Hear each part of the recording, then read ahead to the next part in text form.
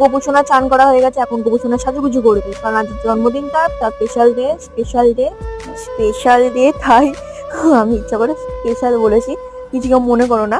আর এখানে সাজিয়ে নিচ্ছি গোপুসোনাকে, নীল রঙের জামাটা পরাচ্ছি, তারপর গোল্ডেনের কাজ কর, এত সুন্দর লাগছিল না গোপুসোনাকে। আর গোপুসোনা এই পিছন দিকটা না আলগা হয়ে যাচ্ছিল, তাই আমি সুতো দিয়ে স্টিচ করে দিয়েছি পিছন দিকটা যাতে টাইট হয়ে যায়।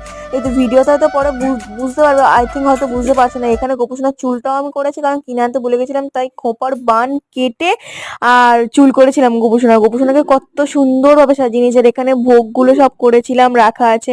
আর এটা আমার ঠাকুর গাড়ি, আলপনাটাও আমি দিয়েছি, যদি আলপনাটা পছন্দ হয় তো বলো আমাকে কমেন্ট বক্সে, আমি ফের আর এরকম আর একটা আলপনা করে তোমাদের দেখাবো। আর শেষ ফিনিশিং গোপুসোনার গয়নাগুলো আমি করেছি সব গোপুর। আর এই জামাটা কি সুন্দর লাগছে দেখো, গোপুর গয়নাগুলো আমি দিনের দিনকে হাতে তৈরি করা। ভালো লাগলে লাইক কমেন্ট শেয়ার সাবস্ক্রাইব করে দেবে। টাটা।